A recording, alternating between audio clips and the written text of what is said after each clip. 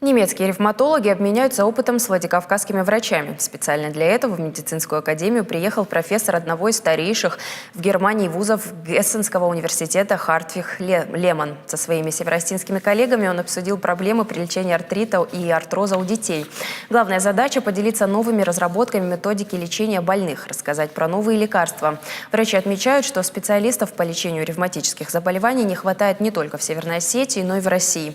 Поэтому приезд специалиста высокого уровня важен для местных врачей. Добавим, что такой симпозиум на Северном Кавказе проводится впервые. Участие в семинаре приняли делегации из Южной Осетии, а также соседних республик. Мероприятие будет проходить 2 дня. Германия всегда помогает больным со всего мира. У нас есть пациенты из разных стран, в том числе из России и Осетии. Мы им охотно помогаем. И новейшие методики, которыми мы лечим, мы стремимся реализовать во всем мире. В рамках консультации было решено обменяться опытом и научными знаниями в вашей медакадемии. Конференцию, которую мы открываем сегодня, она посвящена вопросам детской ревматологии. Это достаточно актуальная проблема для нашей республики.